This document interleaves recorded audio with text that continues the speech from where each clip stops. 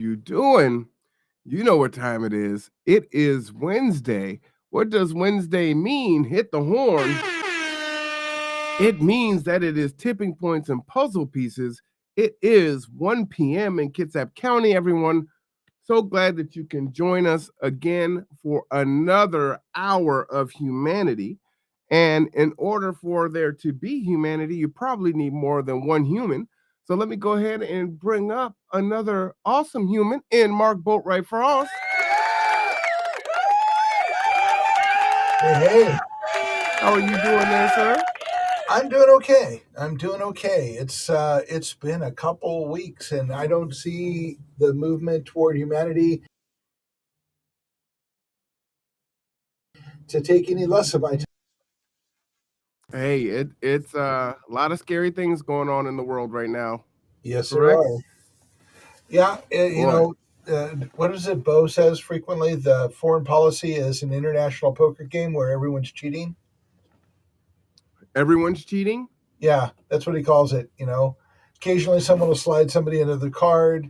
Occasionally this will happen and that'll happen. And if you think of foreign policy that way, it makes a whole lot more sense than if you think of it like people actually trying to get along. Wow, everyone's cheating. It's about power, it's about money. If you look at it that way, suddenly you understand how it all is what it is. Well, the thing is, you never have enough of either, and so you remain unhappy. Well, yeah, if that's what you're seeking. Well, in this scenario, that is what they're seeking, and Yeah, they'll never have enough absolutely. of either. No, well, each of the players is trying to get the best hand they can get and trying to make the partnerships, but everybody else is interested in their own stuff, not your stuff. So if somebody slides you a card, it's in their best interest, not yours. Right. So it's just what it is. And today's topic is really interesting. First of all, I spent the last weekend, Saturday, at the South Sound Sustainability Festival. Oh, how was that? Well, very different than the previous 3 years I've been at it. The first time I went it was just before COVID, and it was in the convention center itself proper and inside and everything else. And we had a big crowd and lots of people doing a lot of things. The the next time I went, it was after COVID. We were in the trail park at UW, right next to Tolleson Plaza. And the next 3 years, it was freezing, Mm. raining, and everything you can imagine that is just really uncomfortable when you're sitting outside for 5 hours. Um, we did a lot more prep. We were not as far along as we are now, so we didn't have as much to say. But there weren't very many people coming through. But there were a lot of booths, and then the next year there were less booths. And then there were more booths, but still there weren't very many people. And the people coming through really didn't give a damn about sustainability. They just happened to be walking through there to get somewhere else. Gotcha. Okay. And so this year it was sunny, if a little cold. There were a lot more people there, a lot more engaged people there, people who we had a lot of meaningful conversations with. There Mm. were some new folks in the booths, and some really good conversations were had. I will tell you that our steps toward the Power for All project have just taken a couple exponential jumps. Oh, really? Okay. Yes. With conversations that I had with people that are solar installers outside of our county and who have a different approach to things. Also, there's a group, let me get their name right because otherwise I will totally screw it up.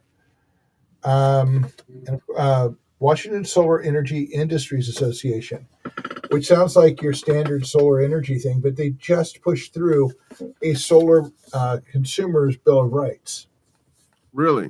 in the state of Washington, which helps protect people from shoddy workmanship, Mm-hmm. from misinformation, from all of the things that drag solar down as everyone's trying to make their dollar in the solar market.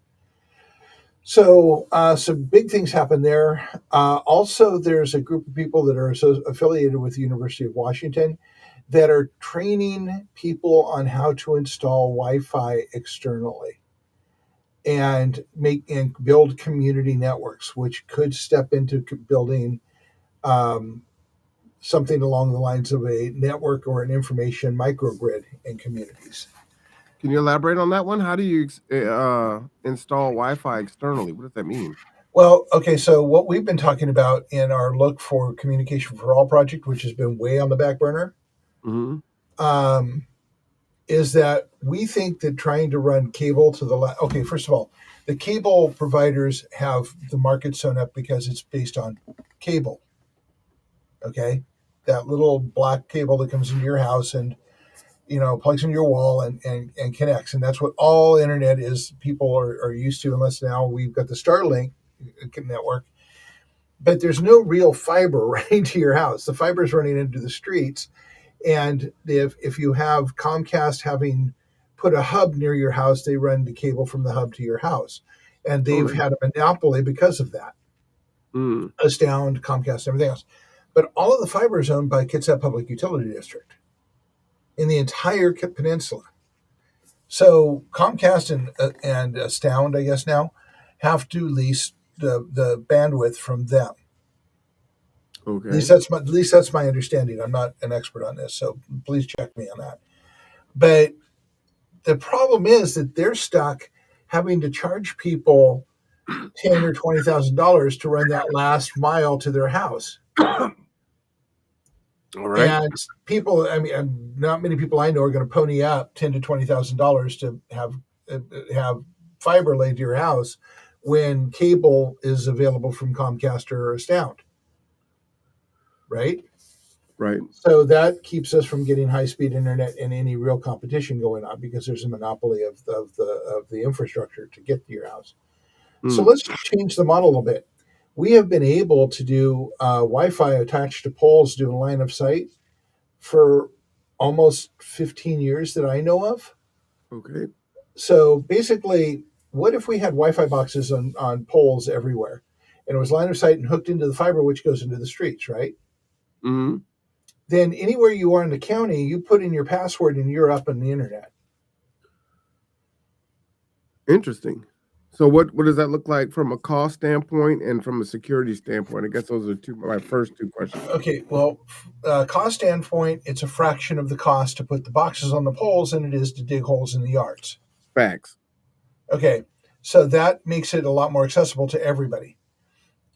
Second, it would alleviate the cost for internet cafes and all the people that supply free internet and are paying Comcast or Astound to have that bandwidth, because people will be able to connect to whoever's providing the bandwidth through the Wi-Fi. And if that's the case, then it's a lot cheaper for everybody to do that, and you're not paying back infrastructure, and you're not paying for, I'm just going to say it, corporate greed wanting to charge you X or Y for stuff that they've had in the ground for decades. You're not paying back anything. You're just making them richer. Okay. So if this were the case in Kitsap County and we had people who were able to set up those networks because they've been trained, suddenly we have the ability to connect to anywhere from anywhere. All right. So I like that in regards to cost. Now talk to me about the security.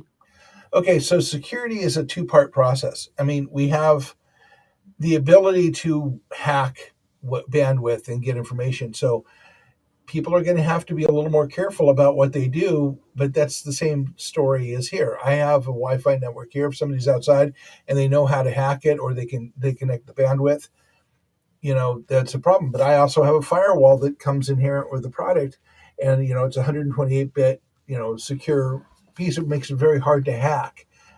But if you use your birthday or you use password or you do any of those things. Hold on, I need to make a note to change my password from password. I hope no one's listening right now. I'm going to change it from password. So, people have to be a little bit more, but we also have to educate them when we're installing the networks. All right, so I like that. You were saying that was the Washington Solar Energy Industries Association? Yeah, SEIA, All right, I just wanted to WASEIA. pull that up for people. I'll put the link in the chat if you wanted to check that out Yeah, so they can see it. Let and me go. they're doing some really interesting things, but they also the people that become a member of WASEIA, you basically have to agree to a code of behavior. Okay. And that's incredibly important because the way it's been going now, it's like the Wild West. Yeah, for sure. Well, I'm glad that that was really informative. Oh, I see all these solar panels on here. New solar ambassador membership. Yeah, and we can talk about that later. I'm kind of considering that for us, but Matthew and I need to have a discussion about it in Mm, depth, and we have to make a phone call down there to find out what full membership costs. Because the people who are there, if you can go to their membership section, I think it's about us yeah. on there. Okay, if you go to the not the ambassador, but if you go to the top thing under about Wasia over one and Okay. go down to membership, okay, and then scan down the page. They have nonprofit members that are kind of supporting members, Okay. and just keep going down. And it shows the current membership of people in the state. And I What a find it interesting who's not there. But okay, so nonprofit affiliates. mm-hmm. So there's a nonprofit up a little bit. Those pictures, yeah, those are the nonprofit affiliates. So I know a lot of these people, Mm-hmm. and none of them. Okay, Shoreline Community College. Let's talk about them for a moment. They are the trade college in Western Washington. Gotcha. They are connected with more of the unions and the apprenticeship programs than anybody else around. They're very engaged. Okay. They're really. I looked through the BEF one, and I can't tell what the heck they do. Um, Clean Tech Alliance is Boeing, and Boeing with different names, basically influencing things. Environment Washington is really kind of an environmental org. I haven't really gone in depth to all of these, but I kind of looked through them. I know who Solar Washington are, and that's same old, same old. They're not Mm-hmm. really about change. They're really about the net metering and selling, you know, solar to people who can afford it. Um, so I'm kind of reading through these and figuring things out. But I'd love to see Resilient Ecosystems up there as an influencer to create the what Matthew offhandedly called phase two, which is moving to solar on everybody's roofs, creating local power generation, and Sterling versus. So you're talking about the satellite, and Bailey put up. So let's talk about that for just a second. I've been reading more and more about Starlink, and I will tell you that I have a native bias to it, that it's an Elon Musk product, because watching how he does business makes me nervous about any business he's involved in. Um, Mm-hmm. he seems to be a bit of a loose cannon. Um, and there are some inherent issues with it. I've talked to people who tried Starlink, and it did not actually go as well as they were promised it would go. They had connectivity issues. They had a lot of problems with it. Now, I'm not saying that's universal. I'm saying that's the people I've talked to about it. I think he So, was deploying that in Ukraine for the war, right? yeah, he And was. some success there. And they just put up 20 more satellites last week. As I Really? saw the rocket launch for that. Wow. Um, so they're pelting the ionosphere with them, or whatever the dark is out there past the air, and they're slow. I mean, they're way faster than satellite was 10 years ago, Mm-hmm. but they're fairly slow. Um, you have to, there might be connectivity issues. It's a fairly new technology, and I'm just concerned about the company itself. And if people don't like it, or if Elon Musk does something Elon Muskish, that suddenly the company isn't going to be as viable as it once was. Gotcha. So That's just my personal opinion, but the people I've talked to have had issues with Starlink. Though I talked to a couple who just moved into the area and are putting a bid on a house up in Navy City, and they opted to go with Starlink, and I'm waiting to hear back from them what their experience is. Oh, the other thing that the people I've talked to said is that when you have an issue, there's no customer service to talk to at Starlink. Oh, really? Yeah. Trying to search and see if I can find out what it costs monthly. Starlink standard service now costs $120 a month for 24 to 220 megabytes per second. Let me see. And I get And this, twice that for 70. now this is a Google search here, so Yeah. just understand this is a Google search, so this may not be accurate. Yeah. Priority for 40 gigs for 140 per month. Priority 1 terabyte for 250 a month. 2 terabytes for 500 a month. Good Lord. Yeah, that's expensive. That's really good. And I would actually ask if they can actually provide those speeds, because Oh, nothing I've read has said so. So I'm at their actual website now. Okay. And yeah, well, one thing I will say, I do respect the fact that their prices are right up front and I don't have to dig for them or call. Absolutely. That's a big thumbs up for me. I really Yeah. appreciate that.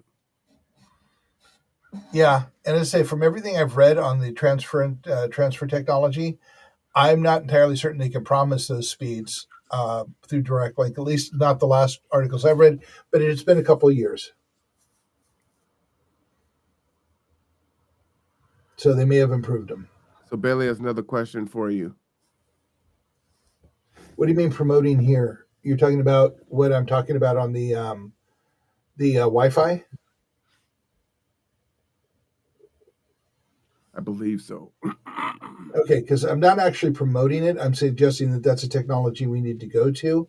And to be very clear on this, our organization is a nonprofit. We do not promote specific products. We look at all of the products and are trying to find the best way to go for at least ourselves. And we ask a lot of questions about technologies.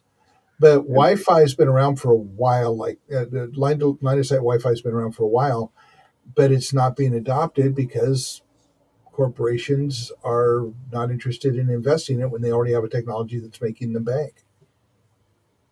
And Bailey, if you're just tuning in, two of the questions I had when Mark brought up the Wi-Fi option was cost and security. And so you talked about those two things.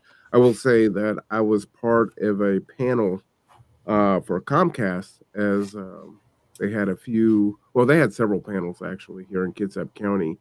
And they wanted to hear how their service was and what can change. And I did ask the question about monopoly and how these different companies have different neighborhoods. And the answer that I was given is anyone can come and compete. DirecTV could come in here and compete. Let's say they had coax cable or fiber optic. Anyone could. They would just have to dig their own lines, and that's cost prohibitive.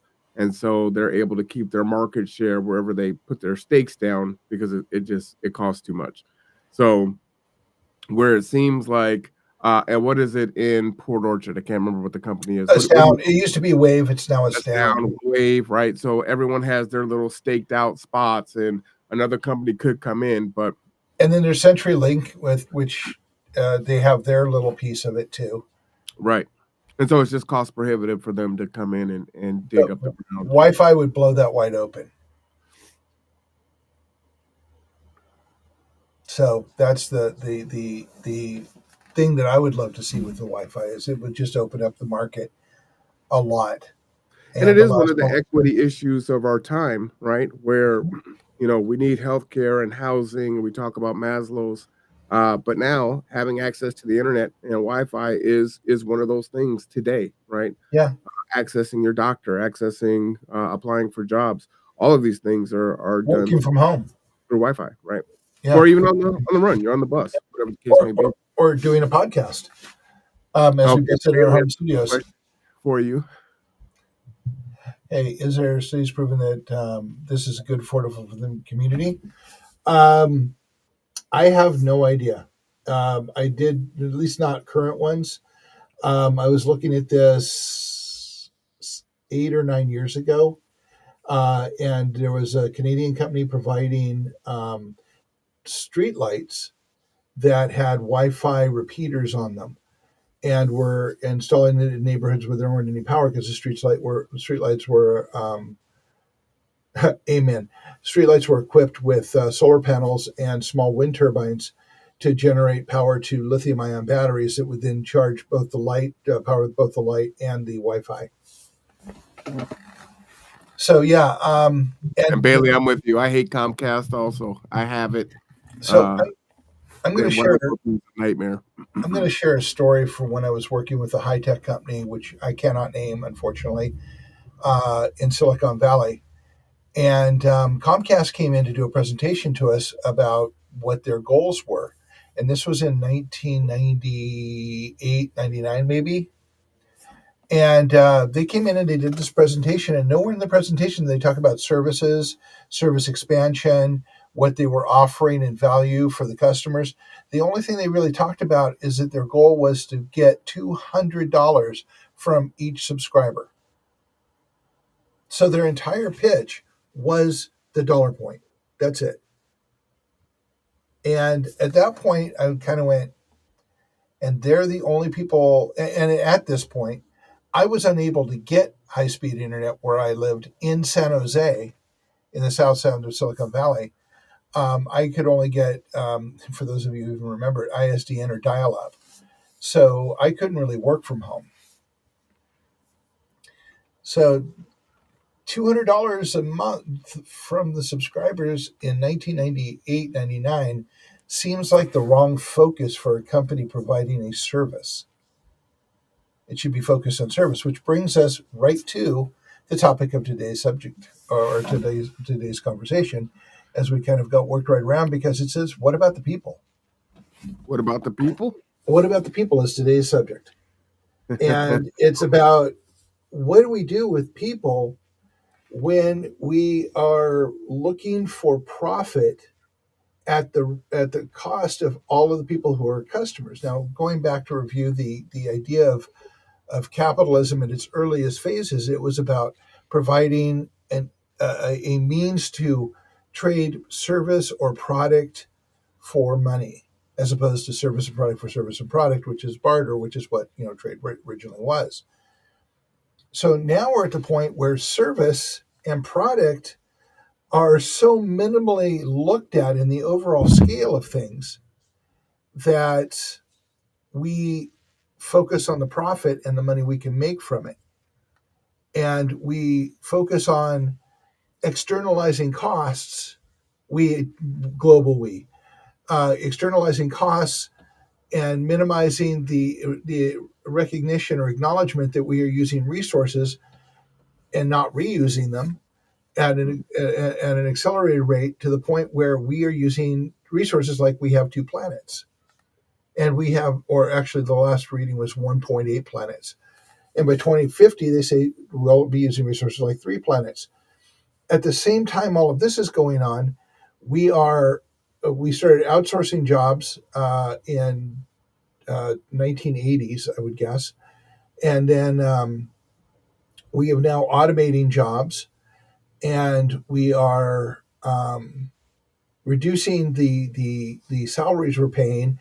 We have reduced all of the benefits we're offering, until people don't have anything to live on. And yet we are raising, the rents are being raised, the cost of living is being raised, and they're just now starting to talk about inflation, which has actually been going on for over a decade that I know of, where people have been able to live less quality lives, and some of them are homeless. Actually, many of them are homeless. The reports are saying that we have, 46% of the people in this country are one paycheck away from being homeless. And when you look at that, you wonder, what about the people? What are we looking at people? Where are the human beings in this equation? Is that rhetorical? Well, maybe. I'm sure Bailey's got some thoughts about that, and I'm sure you do too. So here are my thoughts. We continue to be frogs or the proverbial crabs in a pot slowly coming to boil, and we have not reached the tipping point where we're ready to say no more, right? Hmm. So And when what we does that get, tipping point look like? That's the part that scares the heck out of me. well, I think it's going to be violence. Um, I think people are going to be fed up with watching uh, our politicians send aid all across the world and ignore the people right there that are supposed to be their constituents. And sadly, it's our own fault because we keep voting these folks in and we don't demand something different. So it really does start with us, um, from local all the way up. And because we're in such survival mode and they know it, we say we don't have time to make it to a city council meeting or put someone who has some radical ideas in place to run and to change things. And then also understanding that one person isn't going to change it, right? It could be a start, but in Bremerton, there's 7 districts. So if you were to elect a radical in District 4, let's say, right, you would need to elect 4 more radicals at least to have the majority that are all thinking in the same way to say, hey, we are going to focus on the actual people and to ensure that we have our basic needs met at the smallest regard, right? And then push up. And the people that we advocate for at the state level have that same idea. But there's so many different things that need to change, and unfortunately, my fear is, and you're starting to see it, right? If you've been watching the news, I haven't been podcasting because you can see I'm pretty sick. Can't get too far without going into a coughing fit, but there is so much civil unrest. There is so much violence, and in all types of violence, right? Mothers against their children, fathers against their children, brother against brother. You're seeing all of these things going on right now. Unfortunately, we're so distracted and fighting each other that there doesn't seem to be this bandwidth for change, and so folks are going to get fed up, and there's going to be a lot of loss, right? And many of those losses are going to first come in the form of people just checking out, right? Either through And that's already addiction, happening. addiction, suicide, whatever the case may be. And then you're going to have other folks that are like, hey, you know what? Society doesn't care about me. So, you know what? I don't care about you. Uh, and eventually it's going to affect enough people where you'll have folks in the street. And is it going to change anything? I don't know. But right now, both Hasn't been sides the past. putting together another package to send, right? And so, regardless of what you think, what should be happening or what side you fall uh, on these geopolitical issues, from a humanity standpoint, you can say, hey, gonna stay out of it, or if you feel like you have to step in because you should, you still have to kind of fix the potholes in your own street before you go out and fix someone else's street. Well, I can agree with most of that, but a couple of points there is we've done revolution before. Hey, Shafina, sorry, been a long day. I agree, but revolution has never worked. In the 15,000 years that I've gone back and looked at, revolution has just reset the top. And I'm arguing with this, with climate change, with food insecurity, with everything else. I don't think we have time to reset the top. I think we have to come together and evolve out of it instead of revolve out of it. So Oh, and I'm what not is advocating for um, violence. I want to be clear yeah. on that, especially here on these airways. What I'm saying is that is what's going to happen, and that's already happening. And when you see that unrest, first it is turned internally before it's externally pushed out, right? Yeah. Uh, as people are in survival mode and they fall further and further down.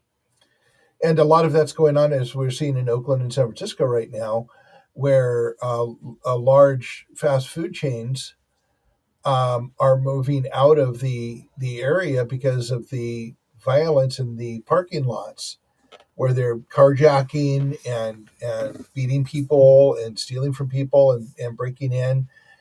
It's so bad. I mean, when was the last time you heard of a fast food chain leaving because the violence in their area when they're trying to serve food is so high? Right, I mean, right. Well, that concerns me a lot.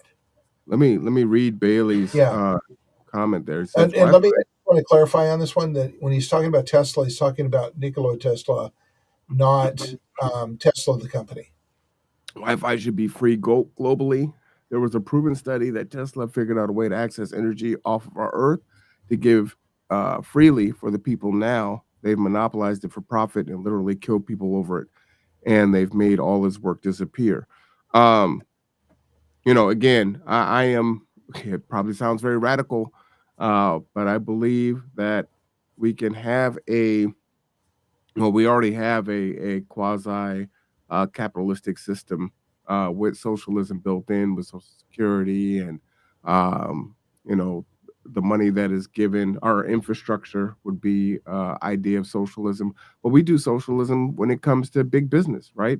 Elon Musk has benefited from socialism, right? He's Mhm. been given billions of dollars from governments in order to do the things that he's doing. Again, Maslow's hierarchy of need. Have a capitalistic system, fine, but it could be a hybrid. Basic needs should not fall into that mode.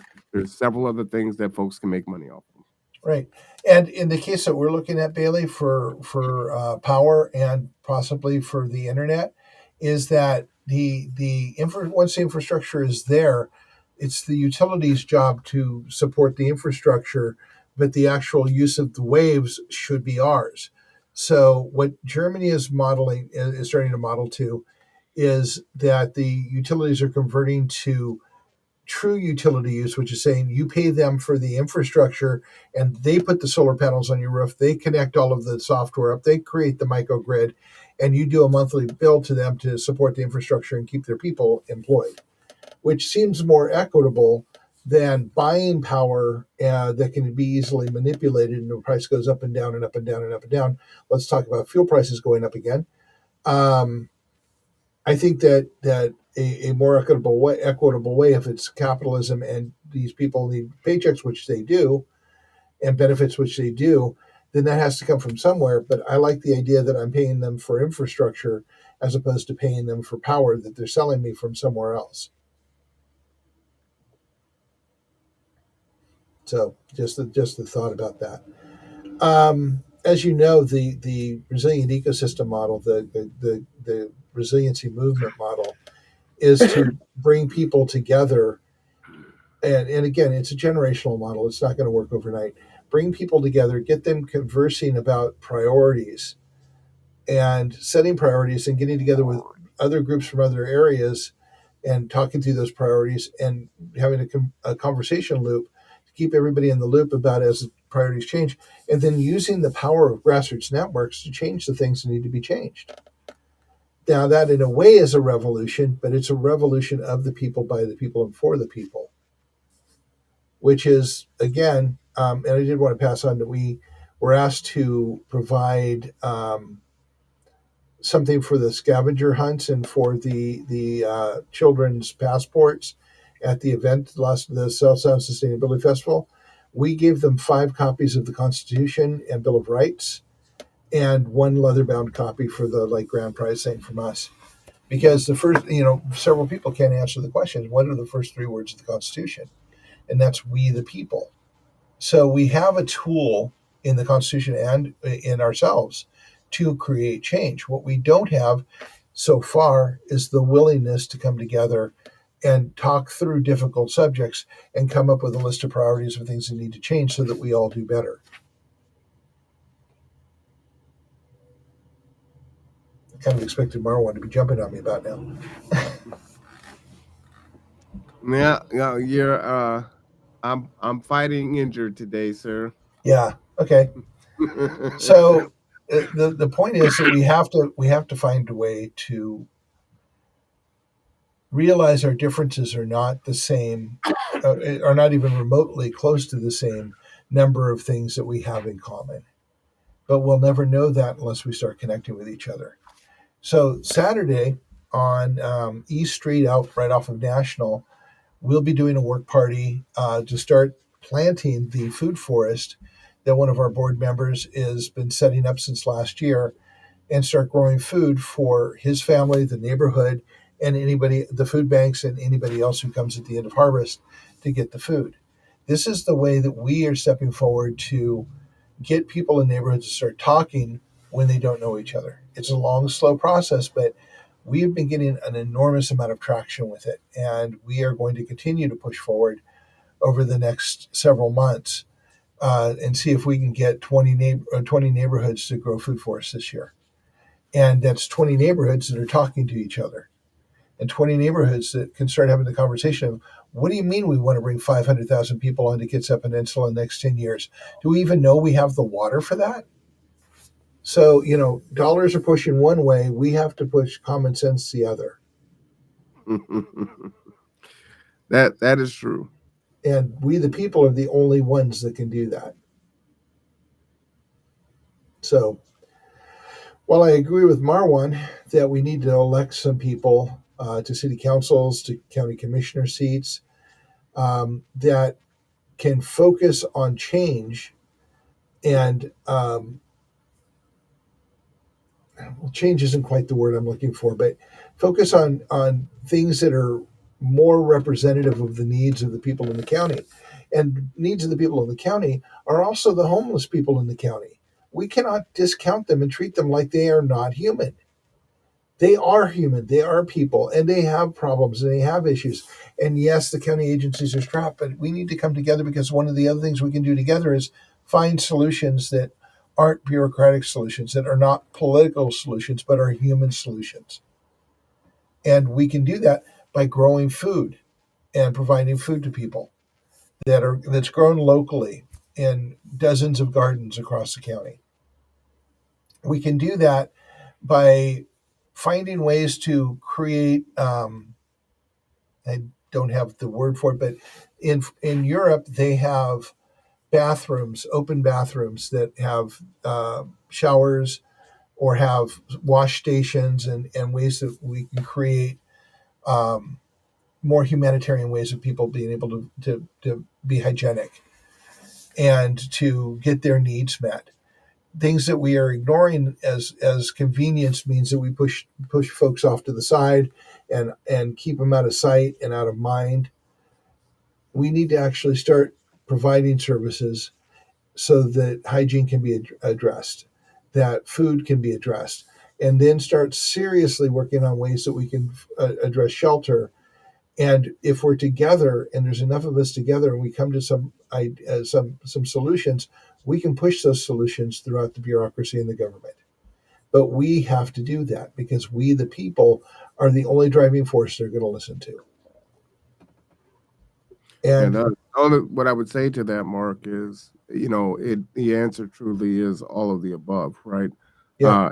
I just believe that it needs to be simultaneous, and not, hey, let's come together first and then try to push on government, because absolutely, you're absolutely correct. And what you and Bailey and many other people do is exactly that. You're pushing it while people are coming together to push harder. And what Resilient Ecosystems is focused on is bringing those people together and overcoming their perceived differences, so that they can talk about providing the human strength we need to make the permanent change. But in the meantime, there are some amazing, as Great Gift was yesterday, there are some amazing nonprofits in the area that are doing good work. And the work is trying to stem the flow of blood from the dying victim while we're trying to get permanent solutions in place. And that is, I think, a big part of my frustration is these organizations have been around for a while, right? Mm-hmm. Some of us, G2 is 6. There are other folks that have been here, elders that have been operating for 15, 20, 30 years, trying to make a difference. And the one thing that's missing is that government piece that is changing things. and I think I talked about this a few weeks ago, right? You finally elect that person in, and you throw them into the meat grinder, and their one voice isn't enough to change, and then in a couple of years they look like everyone else, right? Yep. I used to hang out with a Republican operative when I first was working with Clean Technology Trade Alliance, and one of the things he taught me is that it doesn't matter if you're Republican or Democrat. 6 weeks after you get to DC, you're like most everybody else because the machine is so adept at grinding you into looking like everybody else and Mm. doing and following the I want to say the political line, but I was going to say the company line, which is essentially the same these days. And I don't mean to be snarky here, but let's talk about money and politics and the fact that corporate money and politics actually drives politics these days. The people have nothing to do with it, and that's something that we have to change, and we can only do that together. And we need to start local and build. So, So maybe uh, part of my puzzle piece needs to be putting together something tangible uh, that folks can start to say, okay, I can jump in on this, or maybe that's a good idea. But if we do it this way, this would be better. Uh, and we could start to go forward from there. I think sometimes, we're doing the work, we're providing the opportunity, we're creating the space. Um, but I always feel like there's this. Sometimes it may come off as very esoteric, and folks don't know where to jump in on the double dutch and get started, right? well, And there's that, and there's so many different things that they're struggling with, uh, that they just need some things. What can I do to get started? Where I feel like this is gonna do it. And I'll say I just came back from a. I'm talking slower because I'm trying not to cough. okay. Uh, I came back from a conference a couple months ago, and they were working on a 50-year plan. And I think we need to do that as a community. What is our immediate goals, but also we need to look at our midterm and our long-term goals and say, hey, what is the roadmap for us to get there? And what are our benchmarks to say, hey, you know what, this isn't quite getting us there. We need to tweak this, or maybe we need to turn around and hop on another bus altogether. But right now, it just really does feel like we're in survival mode. Shout out to Rock the Block, who was awarded an award yesterday from the Kitsap Housing and Homeless Coalition. Let me give them a horn for all the different organizations coming together. And that really is a testament of just what we've been talking about this last hour, of individuals and organizations saying, hey, we're doing the work, but we can do a little bit more. Let's do it, right?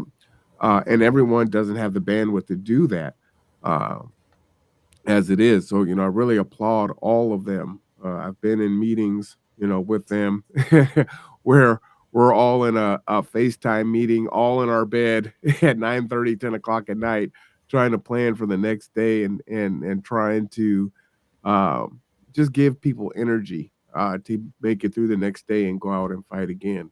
And as a transportation provider and a food provider, I look at the rest of the folks and say, I'm not, dressing wounds like Kelsey and Kimmy, and I'm not going, to the hospital like Dawn, and I don't have the conversation and the experience that Bailey has in the respect of the street, and the ability to go in and make things happen in the way that he's able to do, or Anton with the clothing closet, or Jocelyn, getting all the prayer warriors in. I just want to kind of give them all a shout out on that. But that's what that looks like, and that had no clear. That was not intentional in and of itself. It was just, there's an issue. We're all working, and the work we're doing is making a difference, but we need to do more. And it was like, okay, can we meet and try to figure out what to do? And this may be that idea of, and you do it all the time, right? You're saying, hey, come meet us at Cups and have this conversation, and let's talk and let's get to know each other. And it really does need to start there. but also now starting to have an outline of what it is. Maybe you're not the person that's going to go down and feed someone who's unhoused and have that conversation, but you're a wicked writer, right? And you can write policy and you can show up to city council meetings and make those changes and starting to say, hey, look, you know what? This is what the puzzle looks like. We need all of these pieces. Where do you see your piece fitting? Where can you plug Mhm. in and start to make these changes? What do we want our city to look like? What values do we hold as the most important? Folks being loved, housed, fed, having health, um, as a basic right of humanity. And how do we get there as a city, as a neighborhood, as a county, County. and then Yeah. go forward from that, right? What can we do as individuals? What can we do as a group? What can we do as an organization? And then what can we do politically? All right, I will stop now. No, absolutely. I mean, you're saying all of the things that I've been saying all the way along. All of the people doing the work fit together.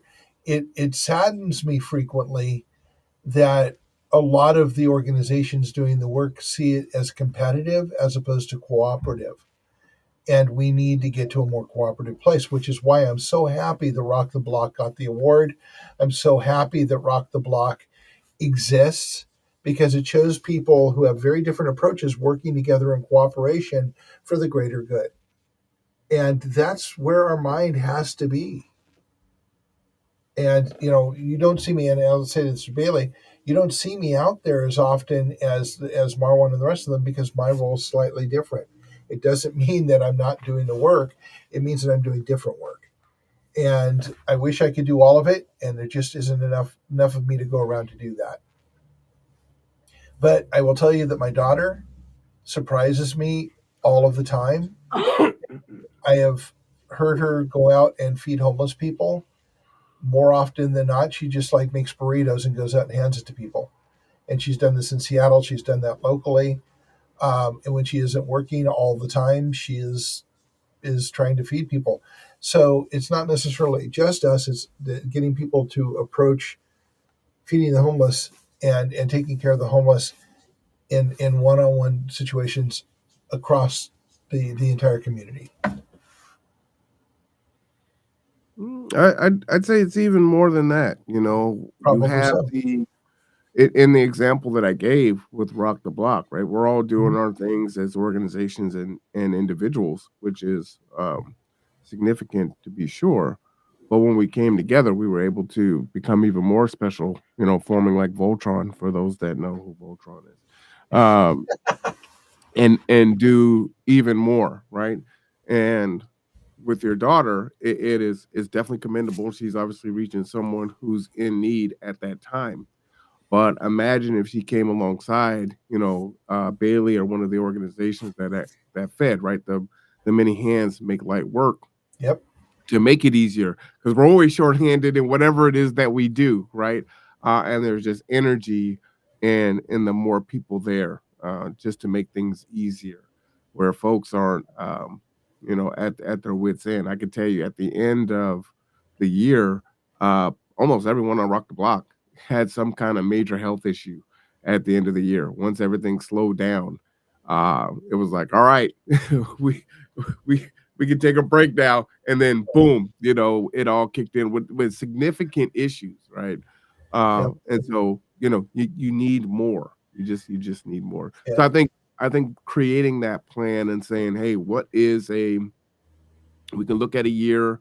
What do we want to get going? And not saying that we're planning a year and then we're going to start doing something. We need to, and we are doing things now, immediately, in real time.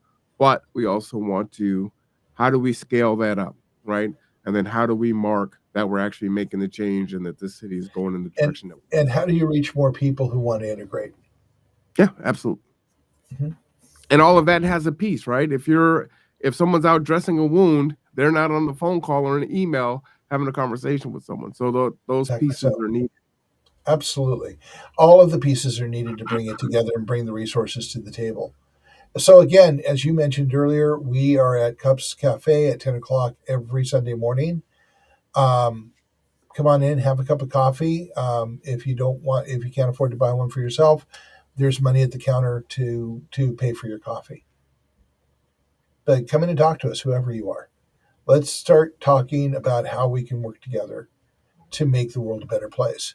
And maybe we're the doorway to other groups. If you want to do more active work, there's certainly Bailey, and there's Marwan, and there's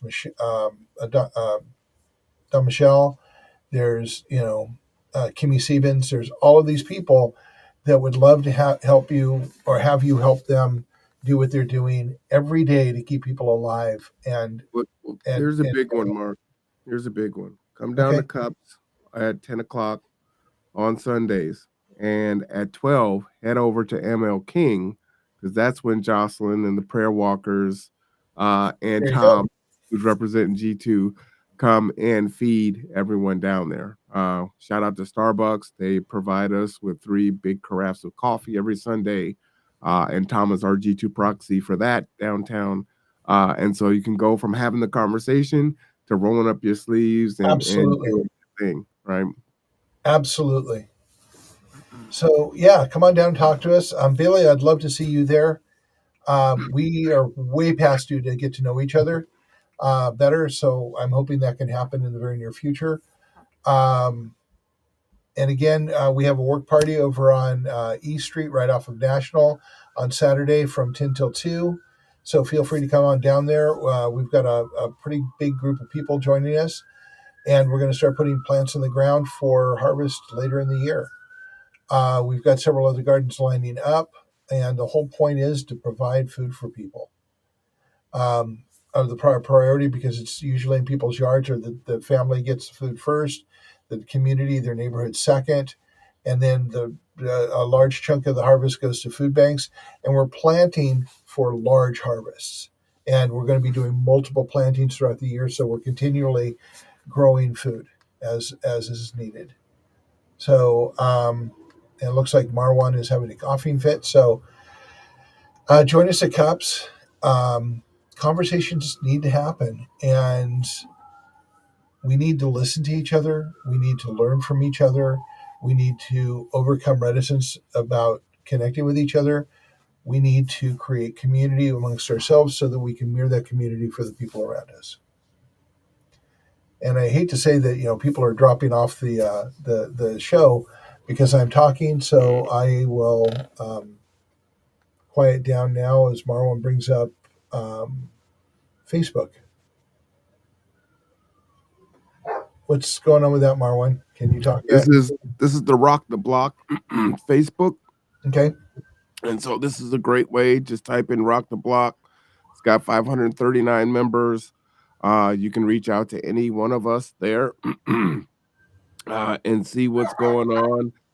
Shouting out Anton yesterday for the great give. This was the awards yesterday. Also, busy day, right? We were talking about helping pets. I mean, just a little bit of everything is going on. Looking for people. All these things are here. So if you're looking to contribute and be a part in any way that might be, this is a great way to do it. If you have questions, concerns, there's Bailey, plate sale, Island Hut. I can't see the address there. Just type in Island Hut. Can't see the address on there. But if you type in Island Hut, you'll see that. Delicious food. There's Jocelyn there. But yeah, we're all on here, and there's different ways to get involved. Okay, so to slowly tie this up, as we're running out of time, when I said, this is about what do you do about the people, this crisis of people is going to continue to grow. There's no way that it can't continue to grow. All of the numbers, all of the information, all of the way that we approach our capitalism means that more and more people are going to be making less and less money, and they're going to be charged more and more money just to live. And there is no political will to change that. So What do we do about the people? That's really the conversation we have to have, because it's not the people who are in crisis right now, though they are the biggest priority, is the people who are in crisis right now, but it's the people about to be in crisis and don't even see it coming. And the only way we're going to get through this that I can see, and I am not a big one right way person. I think of lots of right ways, but the one way I can see us doing this is to come together and talk to each other. And it's the one thing we find the hardest to do. Yeah, it can be difficult, right? We all have our interests. We have different priorities in that interest. But there are things that we do agree upon that need to be done. And Marwan and I mirror this or show this every week, because I will tell you, Marwan and I do not agree on a lot of things, but we find a lot more that we have in common and do agree on than things we don't. Fair statement? Yeah, well, and it's a choice to try to focus on those things rather than focusing on the other pieces, and not that it doesn't discount uh, my priority of those things that we do disagree upon, uh, but we do. There's so many different things to do, If we focus um, on the disagreements, we don't get anything done. and there's space for that. There's always Yeah. space for that, but there's stuff that needs to get done urgently, and so Yes, we have to prioritize that. we And do. it's going to be so much to build back if we don't attack it now. We're already behind the 8 ball, so to Yeah. speak. I use the term dominoes falling, and dominoes are falling. They've been falling for a while, and you're going to see them falling and doing more damage. And we have to start moving, because once the damage is done, it's too late. And lots of damage is being done, but not as much as it's going to be.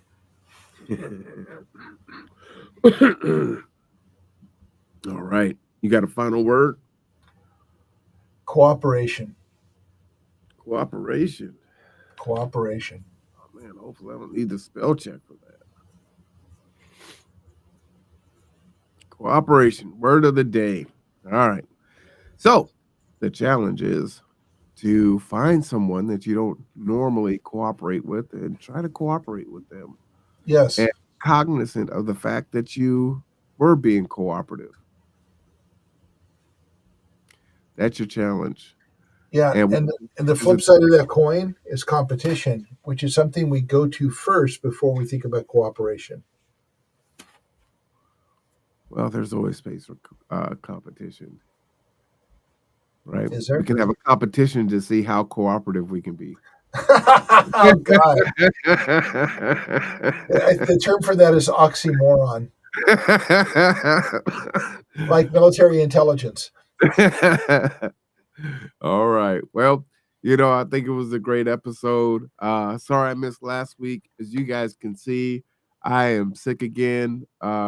It's horrible. Eventually, I won't be sick anymore, and you'll see me podcasting and whatnot. But there's no way I can get through 30 minutes of just talking and pontificating with what I have going on. So hopefully, I'll get well soon. But I do miss you all. I'm still here. I ain't going nowhere, Lord willing.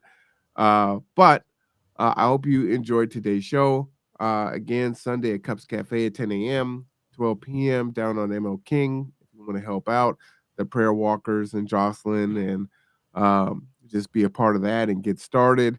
And challenge yourself. You can see us back here at 5:30 p.m. for City Council. This should be in-person meeting tonight. And we will go forward from there. There is no Kitsap Housing and Homeless Coalition meeting today because the award ceremony was yesterday. So we'll be back with that the third Wednesday of the month. So with that, for Mark Boatwright Frost, I am Marwan Cameron. This is Tipping Points and Puzzle Pieces. You're watching the Conduit Podcast Network. Until next time, everyone, take care of yourself, take care of each other.